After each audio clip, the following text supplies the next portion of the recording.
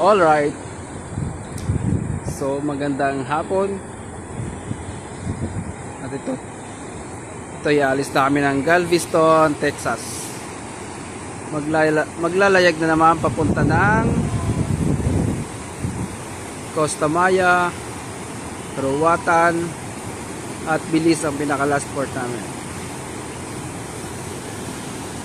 Yun. Harmony of the Seas. Yan.